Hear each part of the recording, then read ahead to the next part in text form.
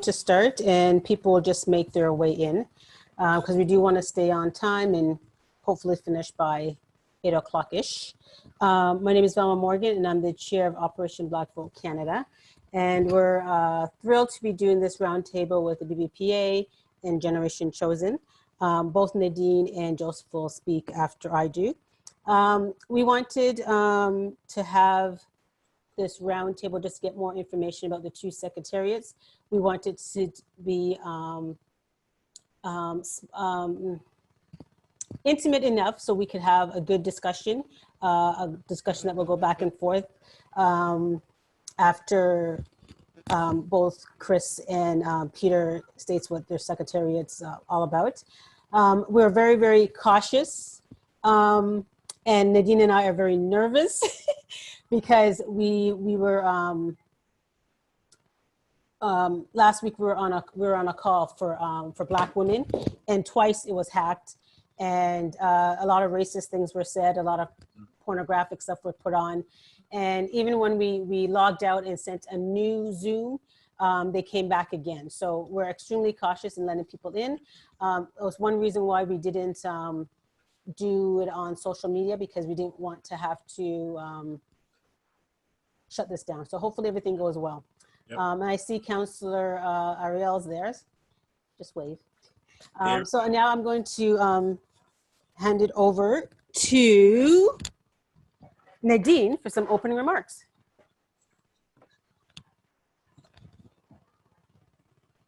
Can't hear you, Nadine. Yes, yeah. Great. Good evening, everyone. Thank you for being here. We were looking forward to this for a long time, and I'm really thrilled that we're finally able to do this because, this dialogue is important. And as Velma stated, we know about racism and we experience it, but I have to tell you, I'm still shaken up from what happened to us 2 weeks ago. And the first thing I said to Velma when I came on the call was that, I'm nervous, and I'm nervous because of what happened. And, what happened, I don't know, it's happening more and more, but I think it's also a sentiment of what we feel, what we've experienced over many years and still continue to experience. And this dialogue, will hopefully lead us into some great conversations around what the anti-racism secretary will be doing, and also and then hearing in respect to youth. So good evening and welcome. Welcome, Peter Flegel. I'm always so happy to see you. And Peter is the director of the Anti-Racism Secretariat, and Chris Rainier, the executive director of the Youth Secretariat. Great to have you both on behalf of the BBPA, the Black Business and Professional Association, and Operation Black Vote Canada and Generation Chosen. We are very much appreciate the involvement in this virtual roundtable by two great secretariats, both concerning anti-racism and youth. These two concerns are the most significant issues for the Black community, youth and race, and it's essential that we prepare and strengthen our Black youth. They are our future, and nurturing them, which includes preparing them to navigate the reality of anti-Black racism is the Black community's obligation. It's all our obligation. And clearly, all the hard work that we've put into fighting systemic racism and discrimination will be worthwhile if our Black youth do not have to experience inequity and injustice that our generation has had to endure, and like I've said 2 days ago, that we've had to endure. At the BBPA, we work to mitigate this programming. That's why we have a financial literacy program called Flip, Floss, and Fly, which happens every Saturday morning. And every Saturday morning, 40 to 60 Black youth show up, every Saturday morning, and they participate in that. We also just ended our scholarship process where we had 1,500 Black youth that applied to our scholarship. So what does this tell us? It tells us that our youth is looking for an opportunity, and we know we're going to get that through education. And but there's a lot of work to be done despite all of this.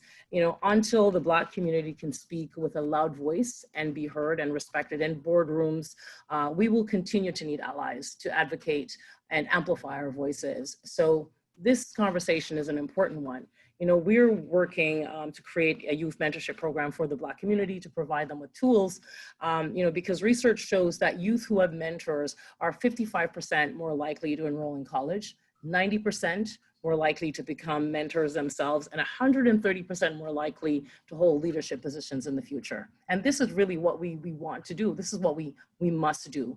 We need our community now and in the future to be strong, to sustain ourselves, and to continue to create opportunities to enable our youth to rise to their full potential. So, this is what this dialogue is about. And, let's find out more about the resources that the federal government have to further assist us in the fields that we discussed. So I want to thank you for being here, and we look forward to the discussion. And I will turn it over now to Joseph Smith from Generation Chosen. Perfect. Peter, Chris, is now my privilege to formally introduce you to our audience members who are watching, and I'm sure going to have and be engaged in a very rich discussion this evening. So I'll start off with Chris. Chris Rayner has been the Executive Director of the Youth Secretariat for 2.5 years. He comes from the Department of Indigenous Services, where he was Director General of the Education Branch for 3 years. And Peter Flegel is the Director of the Federal Anti-Racism Strategy. The Secretariat leads a whole of government approaches to combating racism and, of course, specifically systemic anti-Black racism. Thank you both for being present this evening, and I'll now leave it up to you to talk a bit about your secretariats and the work you're doing. And either can go.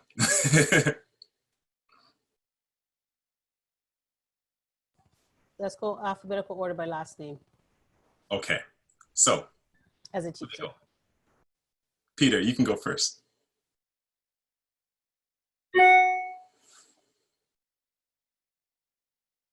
Is the muting issue?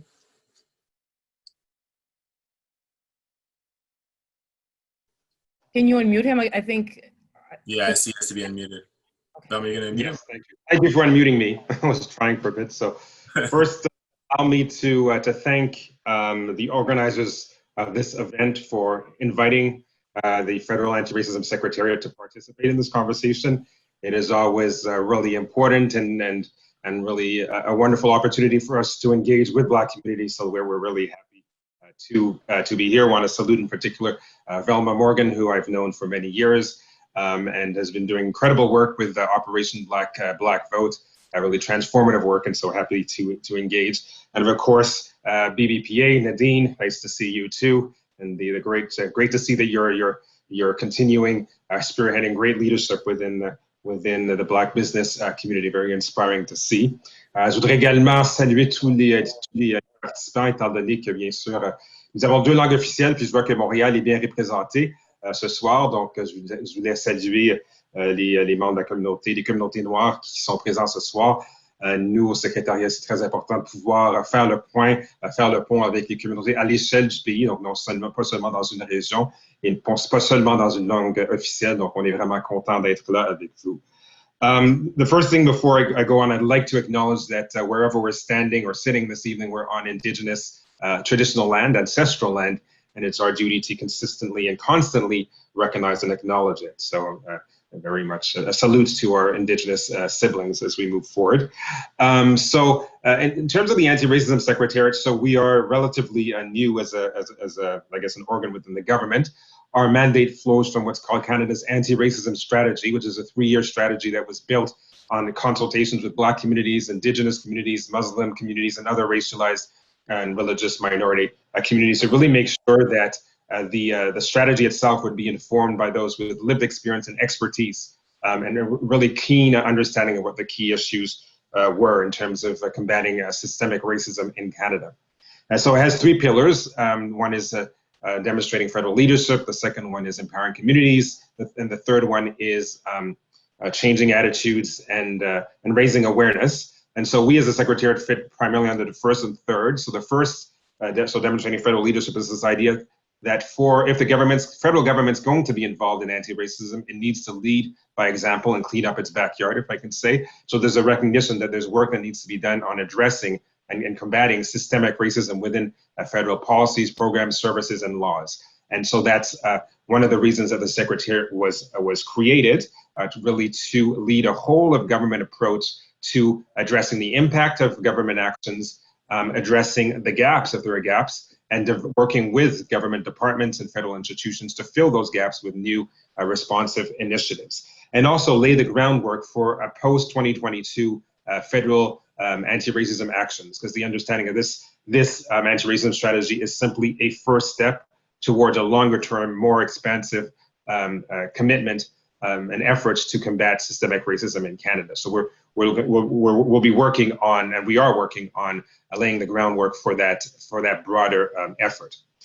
So for us to be able to play that role, we believe that yes, I'm a Black man within the federal public service and heading the Anti-Racism Secretariat, and I have a team, many of which are from racialized, Indigenous, and religious minority communities. However, we cannot pretend to represent every single Black person or every single racialized, Indigenous, or religious minority person.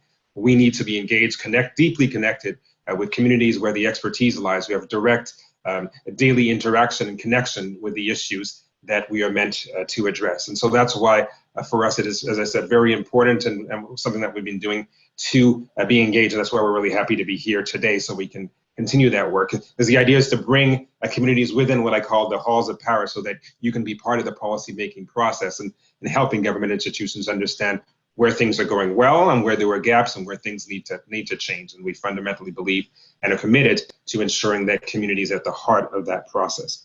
So and the last piece, before I describe what we're doing, is as I said, the last pillar is raising awareness. And so we're in the process of developing a national $3.3 million anti-racism awareness and education campaign that will be launched in 2021, which will focus first on raising awareness about the history of racism in Canada, because as everyone knows on this call, many Canadians are unaware that there was slavery on Canadian territory. Many Canadians are unaware there was racial segregation. And this year, in fact, we're celebrating the 80th anniversary of the Fred Christie case, where the Supreme Court legalized racial segregation.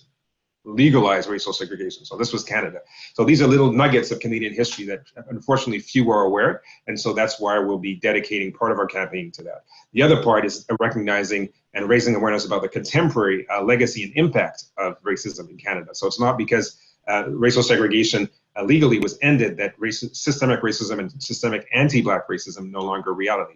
We know that the figures, the numbers show, the data shows that it continues to be a reality. So the campaign will do that. But lastly, and also quite importantly, it will target what we call the quote-unquote everyday Canadian, to let them know that you don't have to be a big-time activist to combat racism in your immediate surroundings. So everybody has a role to play, and that goes for wherever you are. So that's the spirit of it. And so we will, and please look out, we will be making a call for proposals. It's going to be contracts. So either company or community organizations will be, I guess, awarded the funding to lead that. So I hope you all stay tuned for that.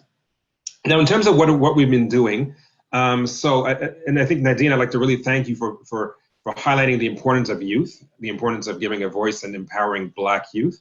One of the first things that we did at the Secretariat was organize gatherings with Black youth across the country to really get a sense for what not only the challenges, but really get a sense for what the recommendations are in terms of improving policies, programs, services, and legislation in Canada.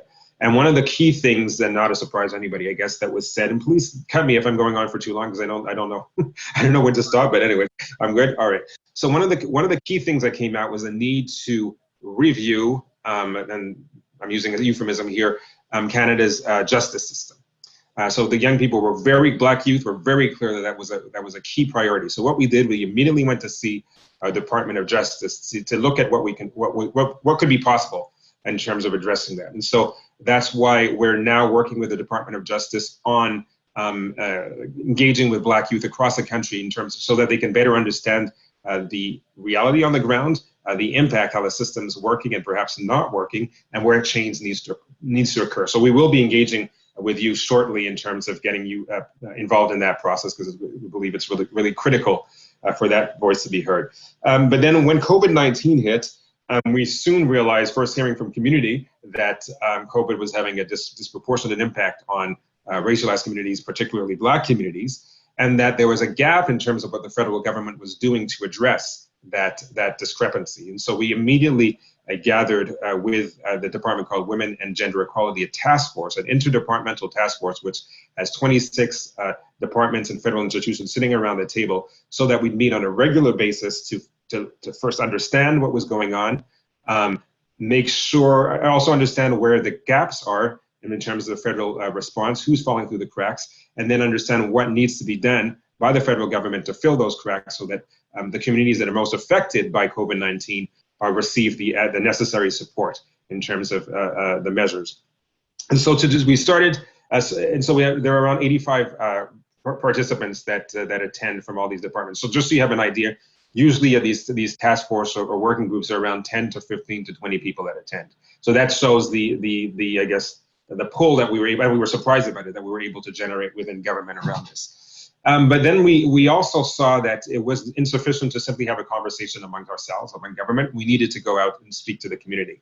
So as a result, we organized a series of town hall sessions, and some of you participated, so that all the departments can hear directly from communities. So we had one with Black communities, Muslim communities, Jewish, South Asian, East Asian, Indigenous, and the list goes on. Really, again, to bring community into that process so that they were talking directly with government officials. And there have been changes in new programs that have resulted from that process. I'm not going to go through all of them, but I do want to highlight the fact that just a few, so just so that keep it on your agenda. So one is a program called CS Mari.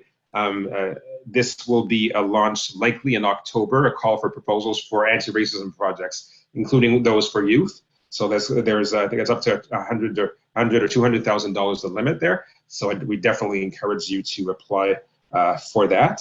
There's also research up to $100,000 for researchers to look at the disinformation and online hate, and that too has been launched. And we'll be sending information out to you about that shortly. So just to give you a taste. Perfect. And lastly, a new fund that'll to support community organizations and religious institutions that are targeted by hate movements. So we're giving support for security, for if you need to buy video cameras, to enhance security and safety. We were talking about your experience last week, very germane. So those are the things that are some of the resources that are available to you. And lastly, before I close, we've also launched a interdepartmental working group on the International Decade for People of African Descent. Very important because, as we know, this is the 5th year, and it's going. And the federal government has invested $44 million in the decade, but there's opportunities to do more. We've been engaged, for example, in discussions around supporting Black businesses. So please look out for that, and other areas, mental health, and many other areas. So there's quite a lot of work and excitement around this within government through this working group, which we chair. And lastly, before I close, I just wanted to salute 2 of my team members, and I hope you'll be able to see them. So I have Christina Amini, who's our policy analyst. So she's responsible for both the working group and the task force, the working group on the International Decade. And also Davy Sabourin, who's a senior program analyst, who's going to be your point person for everything with regards to Black communities and the Secretariat. So I don't know if either of you want to say, or both of you would like to say a little hello before I close. Davies and Christina. In any case, hey Davy. Hey Christina. Hello, can you hear me? Yep. Okay, awesome. Hi everyone. As Peter said, I am a senior program analyst. Actually, I just joined the Secretariat last week, so this is my 2nd week. I'm very excited to jump in this adventure, and I have to say I'm really sorry about your experience last week. I actually used to work for the Privacy Commission of Canada, and we were really well aware of what we call Zoom bombing. So it's really unfortunate, and I'm really sorry that you went through that.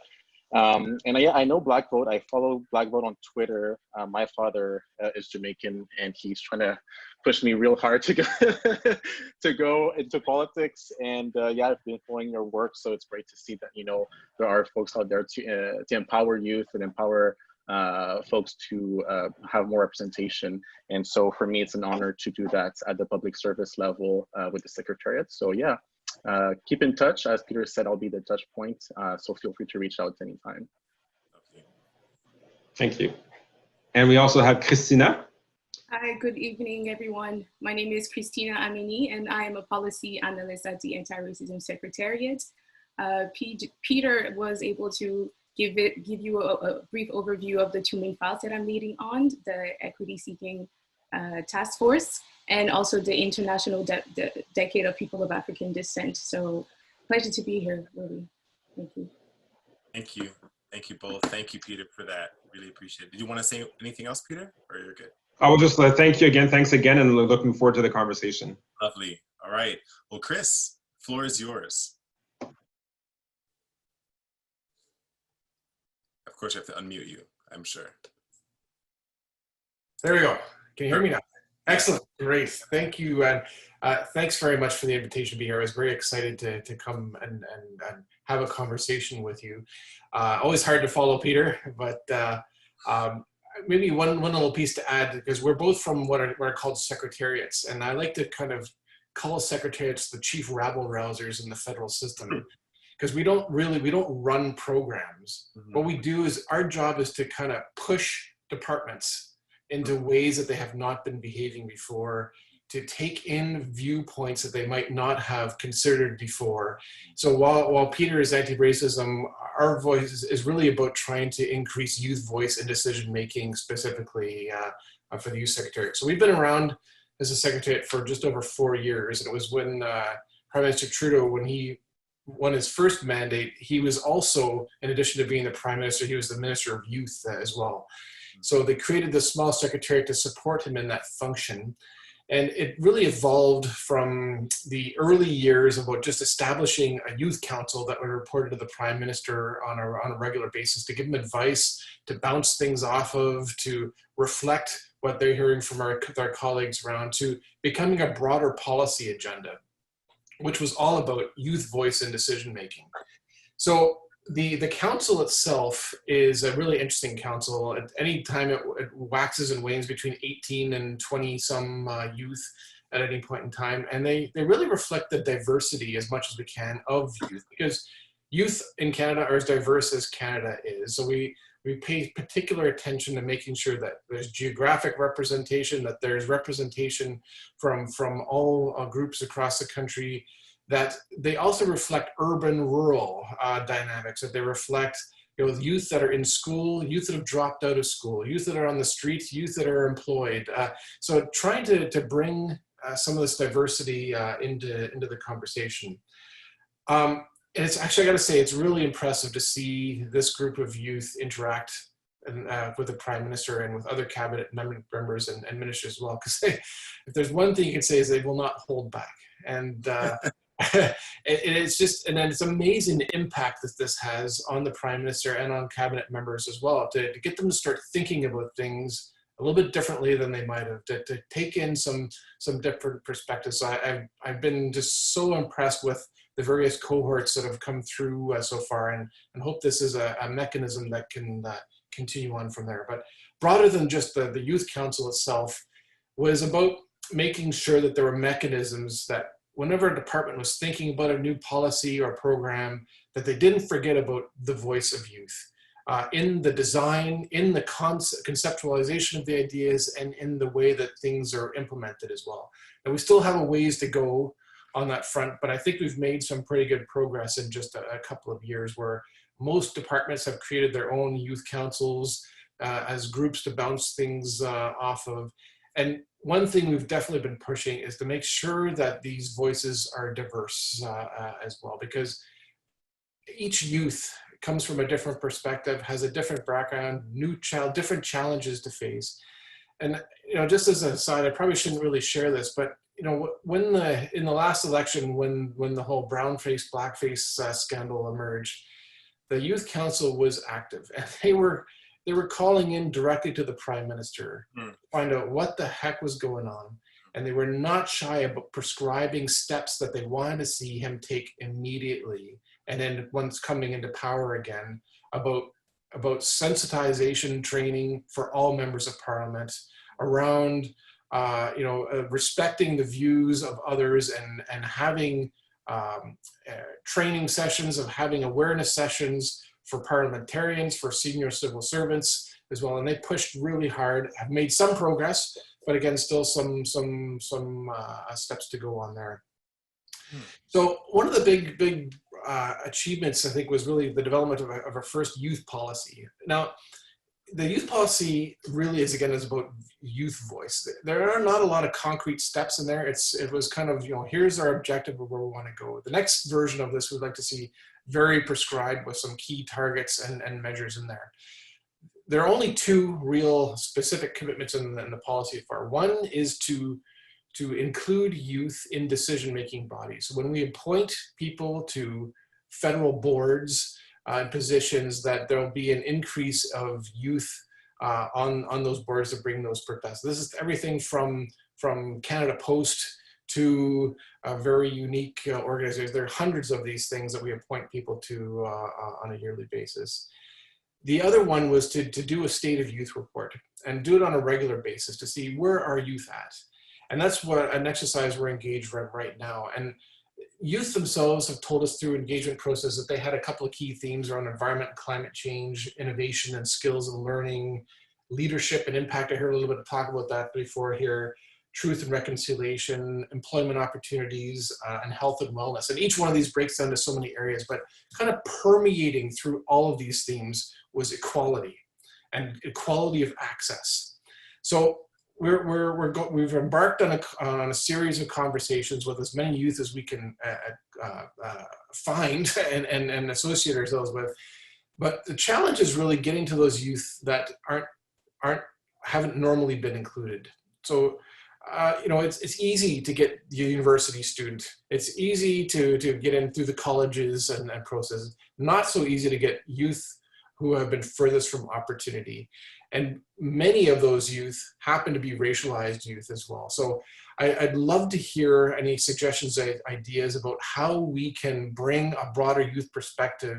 How can we access them? Because sometimes it's simply just intimidating to talk to government officials. So we've taken an approach many times about using youth organizations that are willing to partner with us to say, look, we have a relationship with some of these youth.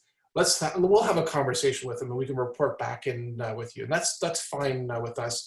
Others, they've been comfortable with having government officials in the conversation from there.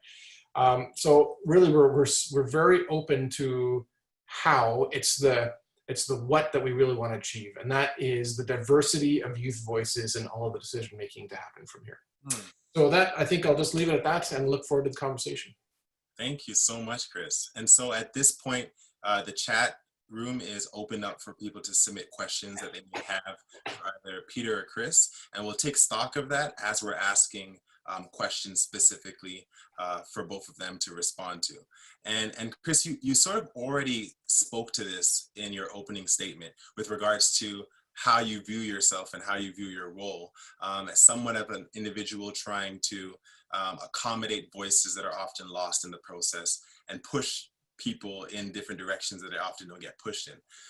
But still, just in case anybody in the audience or anybody participating hasn't really picked up on it, I'm curious for both of you, if you could describe for our audience how you view your official roles, so how you uniquely see them, and then also what you are attempting to do for the Black community specifically in those roles in light of the pandemic and in light of the wave of anti-Black racism we have all had to bear witness to over the course of the last few months. And with regards to the second part of that question, it's more so about, we have 4 months left, and just what is on the dock for you both to do to ensure that the Black community is included in future processes and also is supported with regards to resources and opportunity.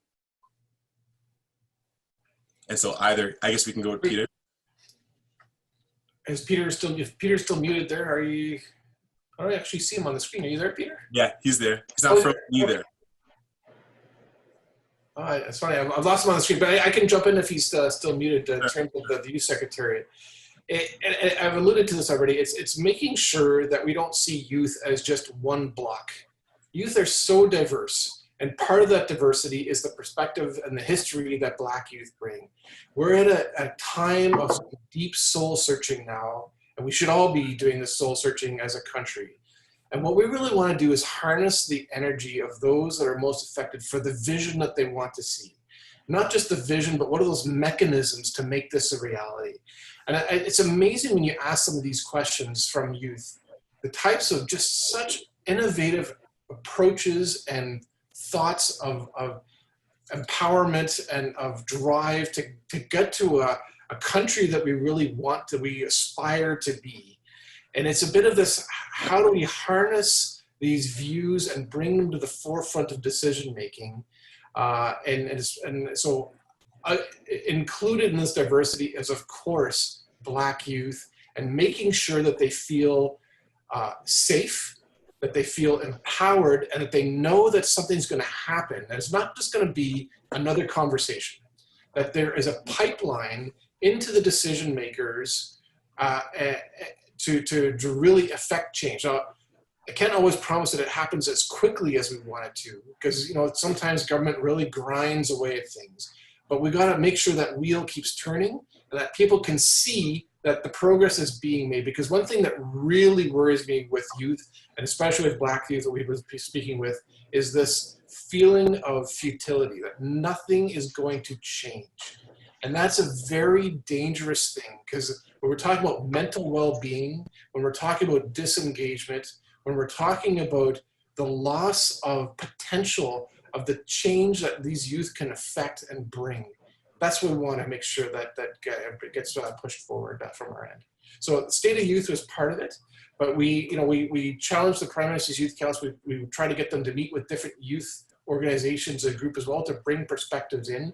So I think there's another great opportunity to start talking about some linkages there with any of the youth organizations that you might suggest to bring their voices into the conversations. Perfect. Thank you so much. Thank you, Chris. And I guess perhaps I could share. So I think the first question that you asked was, how do we see our role within our role? So I guess I would say I push back on that. In saying that I don't see it as a personal thing. I think it's really important for us to depersonalize the institutions that we're working on. So it's not, so fundamentally, it's not about me. If I were to catch COVID and then end up in a deathbed, I would want to be confident that I'd created and my team a lasting institution that would be able to play that transformational and catalytic role in getting rid of systemic racism within government and within Canadian society. So it's really about creating lasting institutions. I think that's one of the priorities. In terms of supporting Black communities, I think really for us as a secretariat, it's all about closing the gap. The data, so there are no more questions. We already have access to the data. StatsCan just released really important data on Black Canadians. That'll soon be, if you haven't seen it, we'll send you the link shortly, which really lays out the clear discrepancies and the ways in which systemic racism and systemic anti-Black racism manifests themselves across the country. So it's really about closing that gap, whether it's in terms of economic development, whether it's in terms of participation in the arts, whether it's in terms of capacity building with the communities, and also to get there is connecting Black communities to all the resources within the federal government. So there has been a tendency, and I'm sure many people on this call are aware, of sending Black communities or racialized communities only to one part of the government. So specifically multiculturalism, anti-racism branch, which the budget is, it's small. If I'll put it that way, it's small. Whereas there are literally billions and billions of dollars in other departments for work around housing, economic development, and the list goes on. And so for us, one of our objectives, and we see ourselves as playing the role of a hub, is connecting you to those resources, making sure that you are aware that you have access and you actually can receive some of the funding that is so necessary to put a dent in so those very clear challenges that are out there. As I said, the data is there not only from StatsCan, but also for looking at COVID. We saw the data from 83% in Toronto in terms of infection rates, and the list goes on. So clearly the need is there. That we do need more studies, but we also need to accept what the existing studies say. And so that really for us is a priority, closing the gap, but closing the gap with you. We see a relationship and involvement of Black Canadian communities as inextricably linked to generating the change that is necessary, the transformational change that is necessary for our country. So I guess that sums up, I guess, the vision that we have for the Secretariat and for supporting Black communities. Lovely. Thank you. Okay, so we have a question from one of the individuals watching this right now. Her name is Yolanda, and we're going to highlight that question right now. Velma, do you want to? I'm just going to unmute her. She could ask the question. Good evening, everyone. Can you hear me? Yes, we can.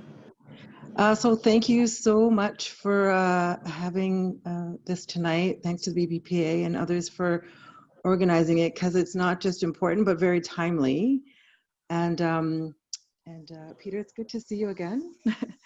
I just had I don't know if it's a question and a comment all in one. I started to write in the chat, and then I realized that my chat was rambling, and then I erased it. So let's see if I can do better with my words than my chatting. I heard you speak about sort of like, you know, equity for all, sustainability for all.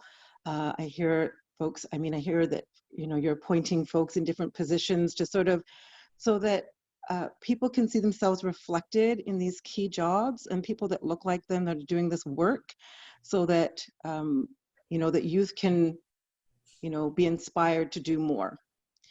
Just in a nutshell. And I get all of that. I think it's important that that you continue to do this work. I'm glad that you're in the positions that you're in, and I know that you're going to help to make a difference in society.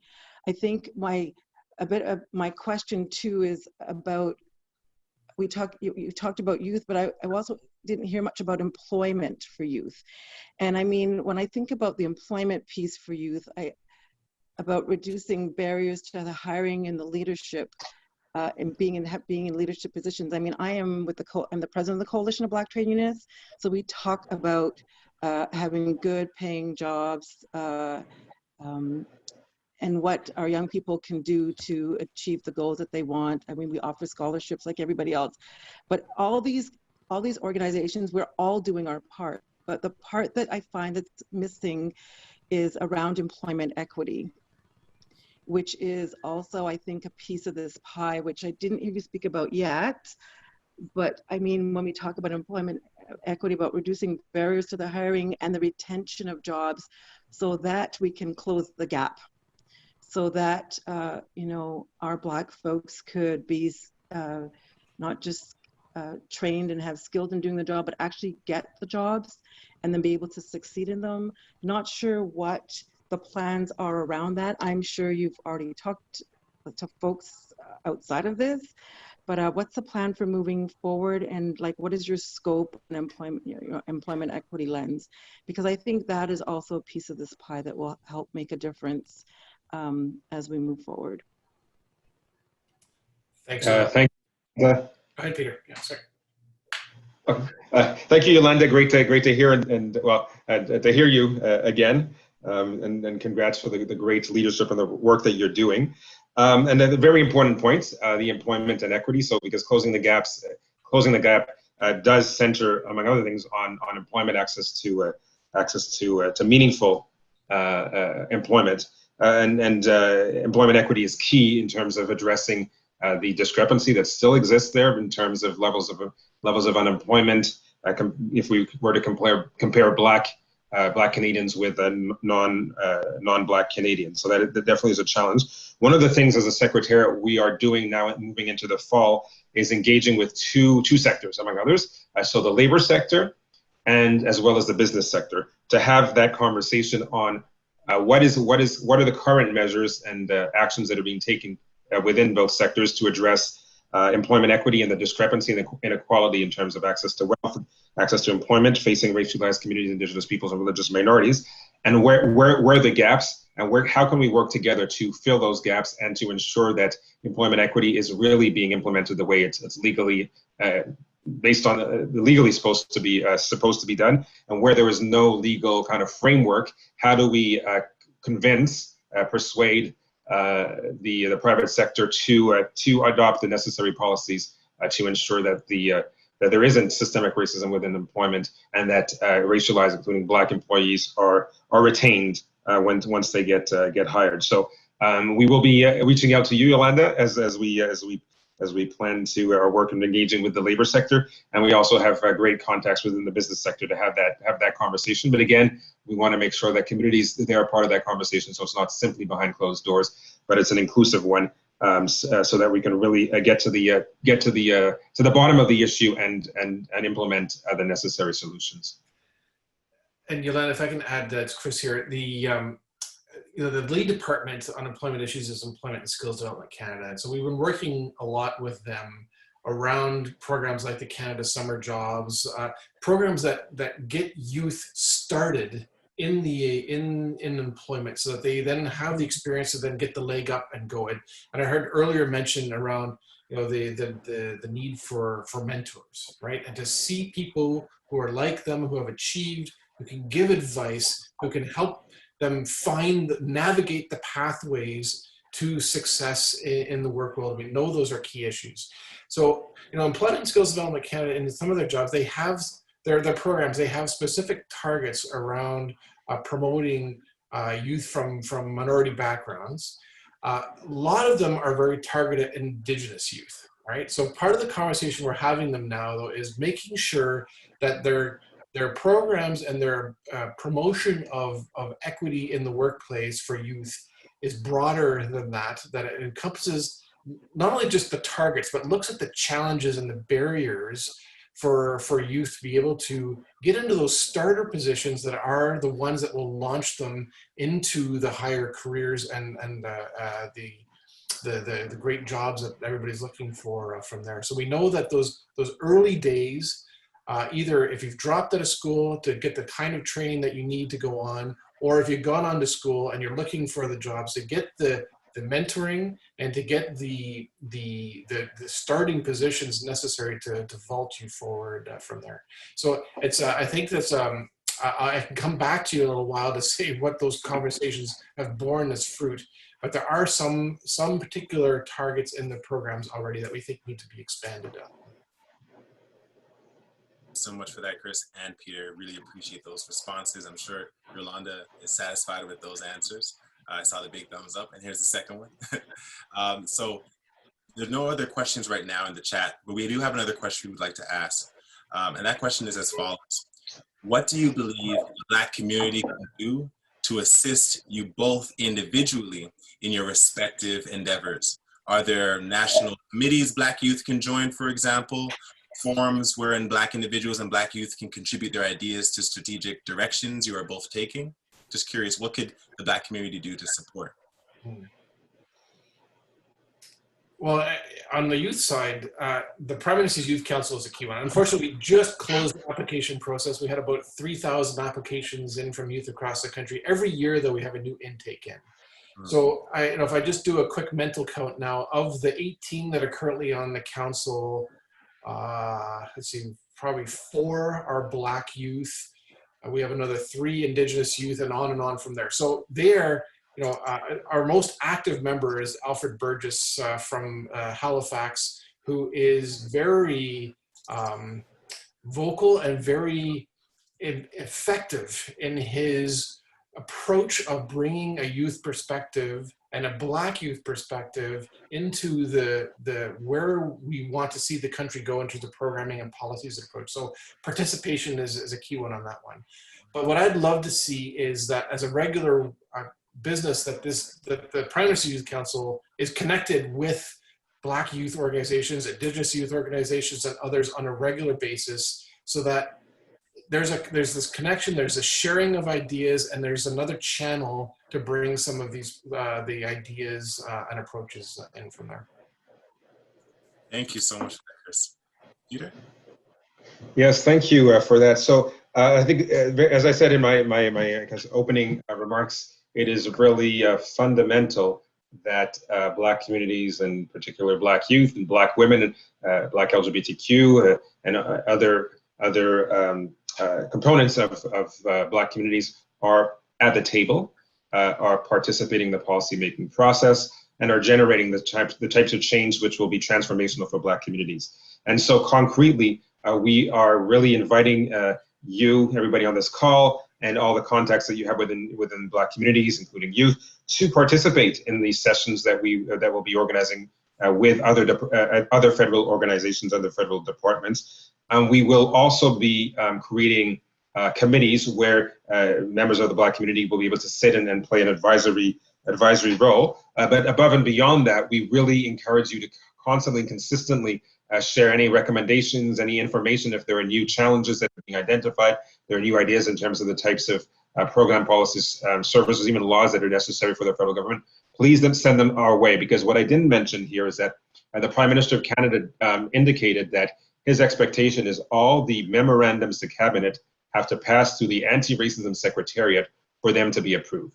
So I know that may sound like a bit of a very bizarre, very abstract word. So memorandum to cabinet, just so we understand how that works, to develop for government departments to introduce a new program or policy. Generally, if they don't have the authorities, they have to write what's called a memorandum to cabinet, which is then sent up to the cabinet, where all the ministers sit around the table and decide, okay, we're going to do that, we're not going to do that, based on what is written. And so the idea is that those memorandums have to come through the Secretary, so we can apply an anti-racism and equity lens, including anti-Black racism lens, to those MCs, so memorandums to cabinet, so we ensure that they adequately address those issues. So that's why it's very important, as I keep on saying, is that I'm one person, Christina's one person, Davey's one person. There's one team, but we definitely do not represent the full voices and experiences. And so that's why it's really important that we receive your input, your ideas, your recommendations, and so that we can advance them internally.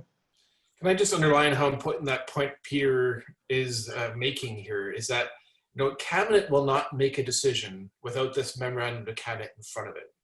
And the power that Peter has here now is not only just to make sure it doesn't cause more discrimination, but are there positive anti-racism approaches that are being considered in every single decision that's coming forward to cabinet now? That is a huge, huge opportunity here now. So the more that Peter and his shop hear from you and from your organizations, the more informed he can help make those pushes into cabinet as well. Lovely. No, absolutely, very important. Thank you so much for that work that both of you are doing. And Peter, thank you for that piece of information. I'm sure you've enlightened a lot of people on this call with that. Michelle Farrell has a question right now, so we're going to go to her. Hi, thanks so much, everybody, and thank you very much, Peter and Chris, for your for sharing. Such an important thing. I want to just position myself and inform this group where my comment / question is coming from.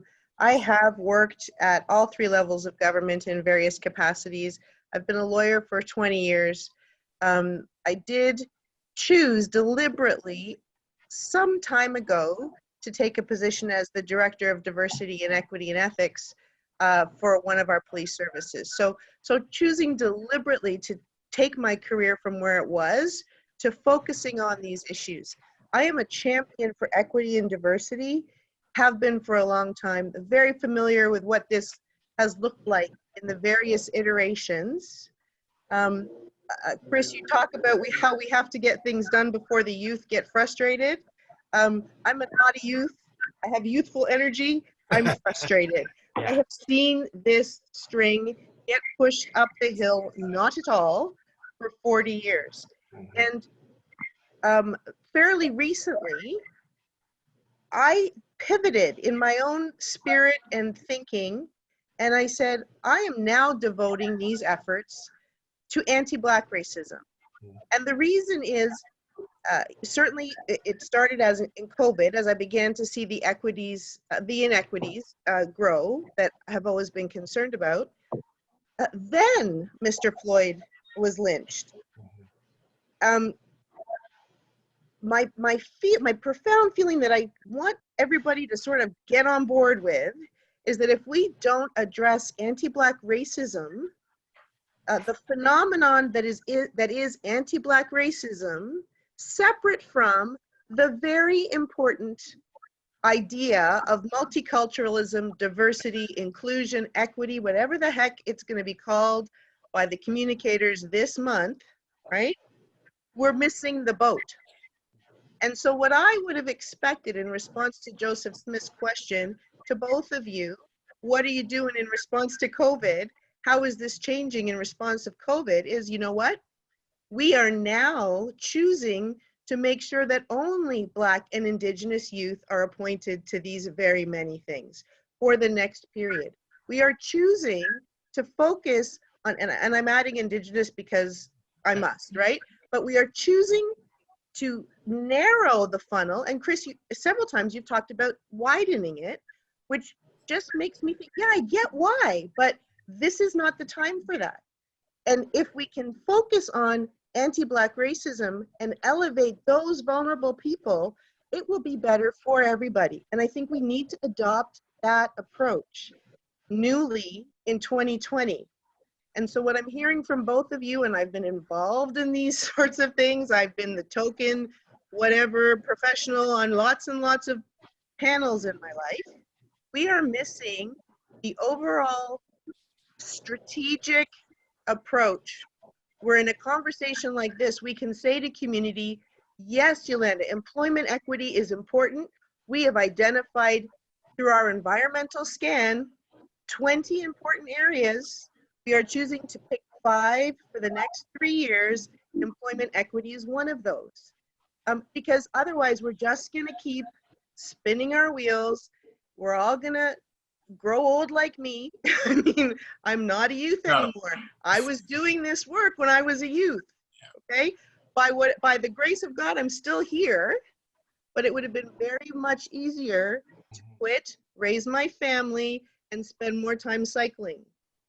So you're losing a lot of people when you continually say, you must give us more, you must give us more. What I would like to see is all of these federal government brains, because you've got Christina and Davy and all these, all these smart people, build the strategy.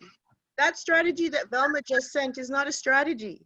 It's very nice big umbrellas in which some politician has said we now want to build more, but I'm not seeing the rest of it. And so then I can't say to you, Chris, we can't have the conversation about whether your approach is right or my approach is right, because it's just spinning our wheels. Let's figure out the middle piece. Does that land? Do you understand? It does.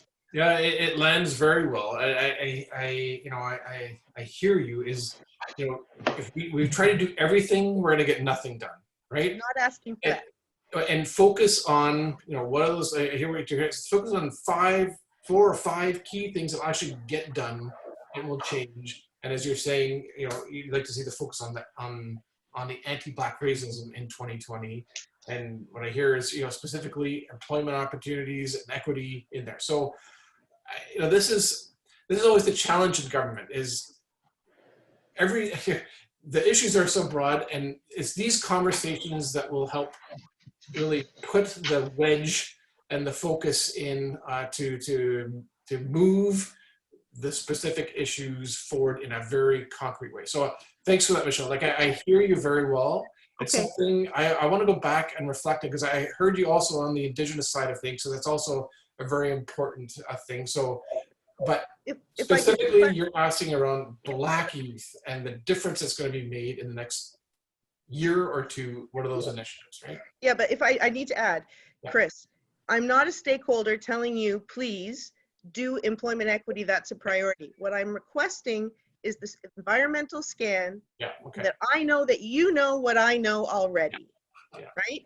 And that you know there are 20 options, Mhm. and that then you go to the stakeholders and say, which ones? And then Yolanda gets to give you a very powerful pitch for why it should be employment equity. But at the moment, I don't know if you know what I know Mhm. about all the stuff that needs to be done. I haven't got a clue. And so is it my job to educate you then about what the environmental scan is? Right. Okay, no, I hear you. Yeah. Thanks. If I may, thank you for those really important points. And I think you're absolutely right. From our perspective, as I tried to indicate at the beginning, the current anti-racism strategy that was shared is simply there to lay a foundation. Part of the work that the secretary, the anti-racism secretary, will be doing is developing the basis for the next, more fulsome, more expansive we can call it perhaps an anti-racism strategy that will take place once this one sunsets. And so that's why we'll be canvassing across the country, in addition to the environmental scan that we are currently doing across government and with other orders of government, to really understand what a more substantive and more impactful anti-racism strategy should look like. So that's definitely on our agenda. And on the areas of employment, I think me coming from outside of government, entering in government, is I also realize that you can do quite a lot. You can do many things. You can multitask within government, because there are literally over 100 federal organizations. So on issues of employment, of issues of Black businesses, there is work that's being done, and hopefully we'll be able to announce in the not too distant future what those opportunities are doing. So please rest assured that we not only have we done an environmental scan of the issues, but we're actually working concretely with our colleagues across government to offer a concrete answers that will be impactful. So certain things you may not see, but eventually you will. So we definitely hear you, and we'll be working in the direction that you're suggesting. Thank you, Peter. Thank you, Chris, for that response. Thank you, Michelle, as well, for your commentary. Really appreciate it. And so we want to turn to Nadine. Nadine has a comment she'd like to make. Yeah, I'd like to just suggest, I've participated in many different roundtables, and what I recognize when speaking with our government partners is the abstract way we talk about the people we serve. Mm-hmm. I would like to imagine that we humanize we humanize each other. When I talk about the 200 Black youth that come from across the city and country to do our program, I see them. I know exactly who they are. I know what they look like. When I talk about the 1,500 students in our scholarship portal, when I talk about the 400 Black businesses that we serve, when I talk about the 88 businesses on Little Jamaica, I talk about Benny Boo Styles, I talk about Wraps, we know them. And I know that government is big, right? But we also have to humanize the work that we do. If I were to ask the two of you, tell me about who you serve. Yeah. Who it is you serve, and your work that's intention for people that look like me, the Black youth. Who would you pull? What is that person that comes to your face? So I'm not going to put you on the spot to do that, but I want to empower you to imagine that as we go forward and you talk about this awareness strategy, is to really think about who it's for. When in the work that we do, we talk about audience personas. We never build a campaign, no matter what it is we do or any initiative, without imagining, this is for Michelle, and this is what Michelle looks like, and this is the needs. This is where her challenges are. This is where the gaps are. This is for Joseph. This is where their gaps are, and so forth. We need to humanize the work that we do if we're going to make any profound change in these respective areas. And I'd like to suggest that I want to see more of that, because I don't see that. Thank you so much for that, Nadine. Really appreciate that question and comment. We're going to turn to Ed. You can unmute him and then.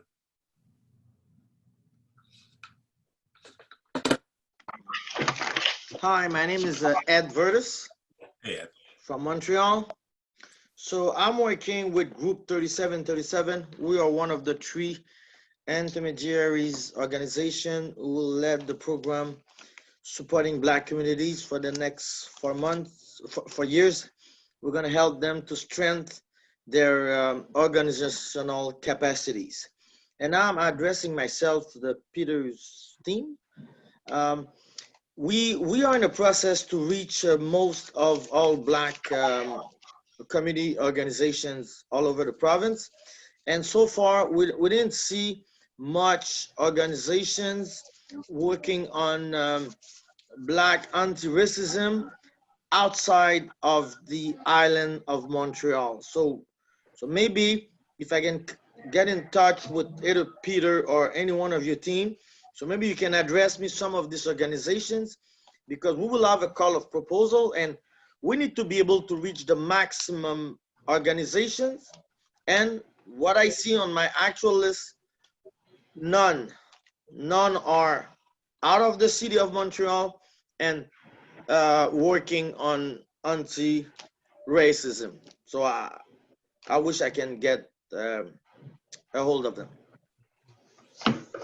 Okay, well, thank you for that important point. Can I speak in French or just? No, you can go in English so other people can understand too. Okay, I'll do both, just because we want to make sure we do both. Donc, merci pour ce point-là. Pour nous, c'est très important justement d'aller rejoindre les communautés, en fait, les communautés noires, non seulement dans la capitale, à Montréal, mais également à l'extérieur. Je pense notamment, il y a un organisme à Québec de jeunes noirs dynamique. Ils organisent des forums à chaque année. Donc, je me souviens plus du nom, mais on pourra, avec Davy, pour faire le point avec vous, là, pour vous mettre en contact. Puis il y a également, il y a des rappeurs, etc., qui sont à Québec, qui sont des liens à l'extérieur également. Donc, c'est utile. Entre autres, ça, c'en est, mais il y en a d'autres. So what I was just saying is that absolutely we recognize the unique nature of Quebec, and that there are issues of anti-Black racism outside of Quebec, and there are also organizations outside of Montreal that are doing critical work. And so my team will be more than pleased to be connected with help connect him with those organizations. Yes, thank you very much. Thank you so much. Because usually on a Zoom, we can write to each other, so we can get email of each other. Does that mean I'm going to get the information from Velma or from Nadine? I'll send it to you. I'll send it to you. We know where to find you. Yeah. And they know to find you too. True. Thank you very much. Okay. Pleasure. Perfect. Thank you so much, Ed, for that. Appreciate it. Thank you, Peter, for that response. We have another question from Shamar. And so he is going to be unmuted and he's going to ask his question. Hi, can you hear me? Yes. Hi, so yeah, I'm Shamar. So first and foremost, I just wanted to thank you guys for facilitating this conversation. But I believe that me being 19 years old and from the actual underserved community, I'm in a very unique position because I'm directly impacted by the changes you guys are trying to make here. And I get an opportunity to have a seat at the table, just being a part of this conversation, working for Generation Chosen and being a fellow for Operation Black Vote Canada. So basically my question to you was that I just want to speak to Peter's part about the justice system. Like, is there any concrete methods that you guys plan to enforce that will immediately combat the way that Black lives are relegated into these criminal justice systems? Like, I noticed that you spoke about surveillance, but in my opinion, I feel like, frankly, that's just very reactive, because based on the fact that you can only view the video after the incident occurs. So I just wanted to basically ask is like, how do you guys plan on dismantling and like immediately dismantling these detrimental mindsets that put us in these situations and drive us between a rock and a hard spot? Thank you. Sorry, I missed the half of what you said because it cut. What was just your question, the last question that you asked?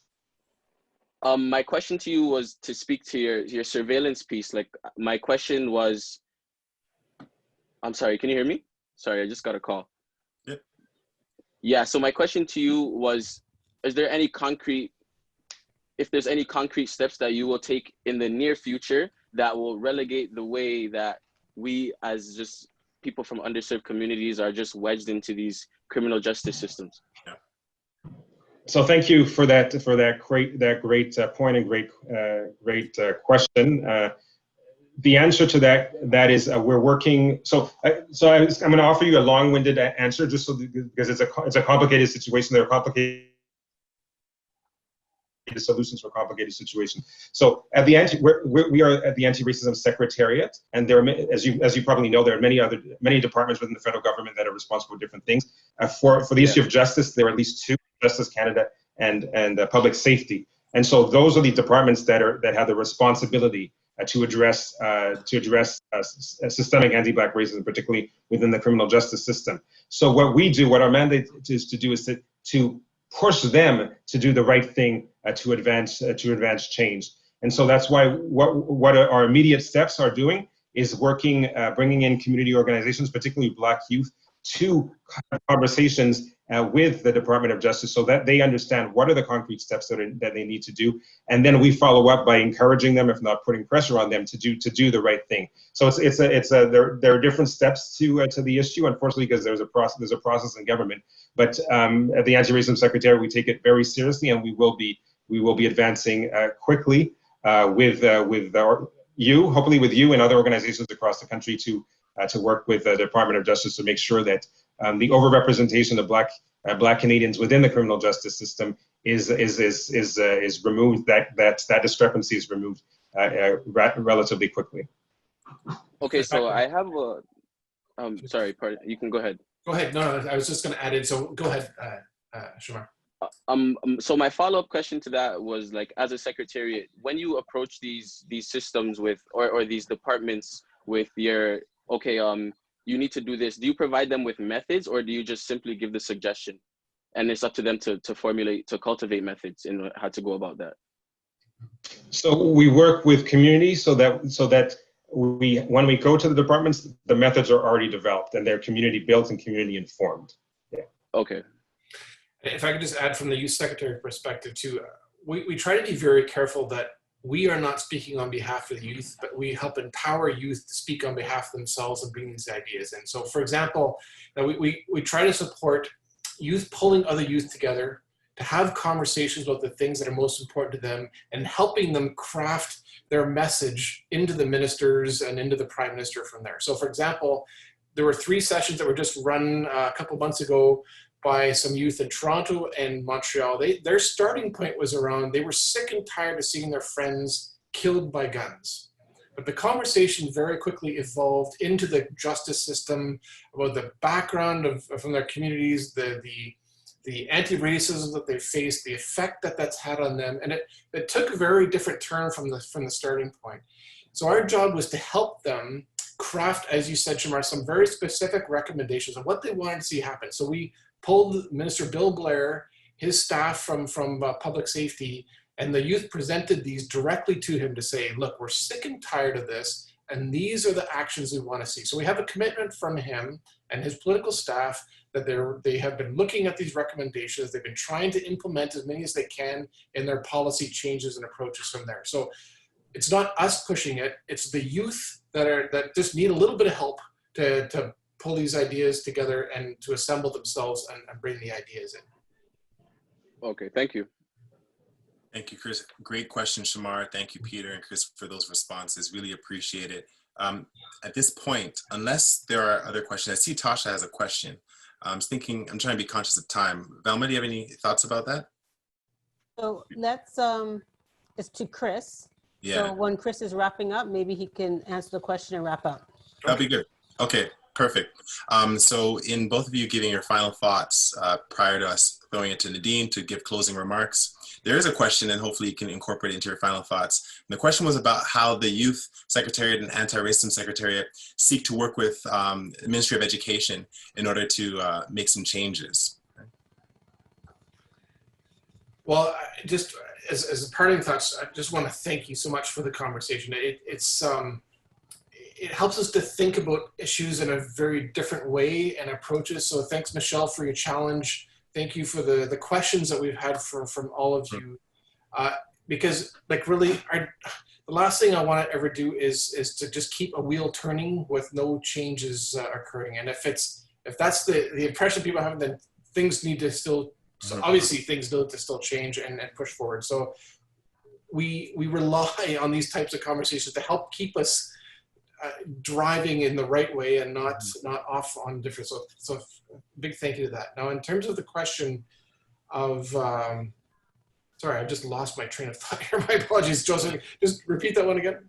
It's education, relationship. Oh yeah, education. Okay, sorry, my apologies. So this is always a tricky one because education, the delivery is a provincial jurisdiction, right? So as a federal government, we have only so many levers to have, and usually that lever is money.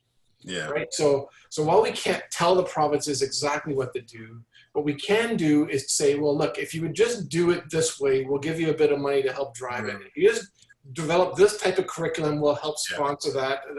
Or we can help bring people together. So it's more of an indirect influence on the education system. However, that's where in the youth, from a youth secretariat, we have been trying to build as much allyship with the provinces as possible because, well, that's where a majority of youth are in the first cases in the schools, whether at the high school or at the college and university level, to have that window in, to be able to have conversations, be able to push and nudge where we can, because we hear things from youth all the time. But the last thing I want to say is, well, sorry, that's not our jurisdiction. We can't do anything about it. We want to then be that vessel to say to the provinces, look, we are hearing from frustrated youth about this issue, about that issue, and here's what they're telling us they want to see happen. So we'll be the pesky Fed sometimes to try to push the provinces in those directions. Where we can, try to support those initiatives that will lift the bar up in many cases, whether it's after school programming, whether it's in terms of some curriculum development, whether it's like anti-bullying processes, whether it's about, safe schools and safe communities. So there's a whole variety of ways. We're still learning the craft of how to do this well with the provinces at a youth level, but I think we're starting to make those inroads there. Thank you, Chris. Appreciate it. Peter, would you like to comment and add your final thoughts? Oh, he's got his mute on. Oh. Thank you for muting me. So I guess let me begin by really thanking you for inviting us. I think it's really been an inspirational and really insightful conversation, really giving us a deeper understanding of not only issues, but the desires that are out there for rapid and meaningful transformative change. So we definitely were listening, and we were taking notes, and so we hear you, and we really want to follow up in an impactful way. Really important, as I think it was Nadine who was commenting, that we put a human face on the issues, not looking at it and discussing with our partners within government the issues from an abstract perspective, but really demonstrating we're talking about people's lives. This is what this is fundamentally about: people's lives that are being shattered, that are being torn away, that are being denied. And so that's why it's really critical that we do the right thing to affect change when we're talking about systemic anti-Black racism. There was a comment that Michelle made in the chat about the importance of networking, connecting different voices across the country. Absolutely, that is part of our plan and our priority, and from a collective impact perspective, so that the different organizations working across the country have a greater opportunity to benefit from dialogue. And I guess if there ever was a silver lining with COVID is discovering the power of Zoom, MS Teams, and other platforms, which really allow us to connect with people across the country in real time and to create those connections. So we definitely will be picking you up on that, picking up that recommendation and running with it. And so I think the last thing that I really want to hammer in there is that we cannot, this Anti-Racism Secretariat and the Youth Secretariat, we cannot do this work without you. It's not going to be impactful. We're not going to have the results, the concrete and measurable results we want to have if we're not deeply connected with you and if we're not hearing from you. So please stay connected with us. Please continue to send us your recommendations. As I mentioned, your contact person is Davey, who's on the call, and he'd be happy to connect with you and to follow up as we move forward. And again, Christina's leading with the International Decade Working Group, Interdepartmental Working Group, which is looking specifically at anti-Black racism across government. So again, thank you very much, and we really look forward to continue working with you moving forward. Before Nadine goes, is it possible, Peter, for you to send me or us a list of all the grants or things that are coming up? Yeah. So we can share it with our networks? That'd be, yep. I think it's a yes. I think you've been muted again. Yeah. But No, wait. Don't unmute yourself. Okay, there you go. Thank you. I wish I could unmute myself, but the way it works is I can't. But so absolutely, well, as I said, we will be sending in the next few weeks a kind of comprehensive list of the new funding opportunities for you that you can share. Perfect. And if I could add just a plea too, if you've got ideas, names of organizations that we can reach more Black youth in these conversations, I would love to hear from you so we can make sure that we are making direct contact, that we are highlighting their voice and the issues that they want to raise to drive into policy and decision makers from there. Perfect. thank you, Chris. Thank you, Chris. We have a list and I see their faces. We know exactly who to send. Excellent, excellent. I want to thank you very much for being here. Thank you, Peter. Thank you, Chris. We're really, really happy that you could have both taken the time to be here today to provide such great insights. When I look at the points, Peter, you talked about, wanting to look at who's falling through the cracks and to ensure that that does not happen. And, you opened with leading by example. I think that is a very important step and, you know, talking about connecting Black community to all areas of government. I think that's also very, very important, and we definitely want to see that. And, you know, Chris, you talked about including youth in decision-making and to have a diversity of voices. Very, very important. And, you know, participating and bringing Black youth perspectives to all the decisions. You know, those are things that is critical and is important to the Black voices, not just to youth, but, you know, in all sectors, all individuals that, you know, wish to work with government. But so we look forward to that. And, you know, we will take to heart your suggestions and working with both secretariats. And you'll hear from the BBPA, you will hear from Operation Black Vote, and you will hear from Generation Chosen and all the other organizations, because we have to do this work together. It's critical, it's important, it's very, very important to us. I want to thank Joseph for his excellent moderation. I'm always so happy to work with you, Joseph. Same. And, you know, and Velma, listen, you're a rock, you're awesome. And it's always a privilege to partner with Operation Black Vote Canada. Thank you very, very much. So, you know, in the final analysis, you know, I want to say that, you know, systemic racism is the issue, not just of this time, but for many people, for many of our people over many years. And it has to stop. You know, we have to be very intentional about that. The Black community, you know, have suffered, you know, a lot more than any other group, and, you know, and it's been magnified by COVID-19. And we do need the federal support now, we need it tomorrow, and we need to make impact. You know, a year from now when we have this conversation, we have to have tangible outcomes, tangible, you know, results for this happened with these individuals, and this is how we move the needle forward. So we look forward to having that conversation, to seeing real outcomes and real solutions. So again, you know, we thank you very much for your time, and have a great Labor Day weekend. Oh, and you too. Thank you. Thank Bye. you so much, everyone. All right. Have a good night.